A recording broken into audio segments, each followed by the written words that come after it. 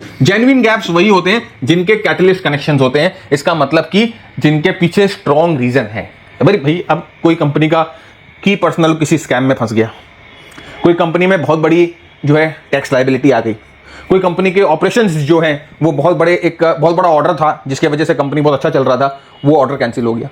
Company का बहुत बड़ा ऑपरेशन जो था जिस एरिया में चल रहा था उस एरिया में समझिए वो उस एरिया में बंदी हो गई, उस एरिया में कुछ ऐसा घट गया जिसकी वजह से कंपनी को उस एरिया में जहां पर उसकी सबसे बड़ी मैन पावर थी, जहां से वो सबसे बड़ा ऑपरेशन करता था, वहां बंद करना पड़ रहा है। तो अगर इस तरह के कैटलिस्ट हैं तो गैप जेन्युइन है। वैसे ही गैप अप होंगे, समझिए कोई कंपनी बहुत दिन से लॉस मेकिंग थी, अचानक में एक न्यूज आती है कि इस कंपनी को यहां पर एक बड़ा ऑर्डर मिल गया, ये कंपनी ने पिवट कर लिया। अब ये कंपनी फलान ढिंग का ये सब काम करती थी, अभी अचानक में सेमीकंडक्टर का काम करेगी।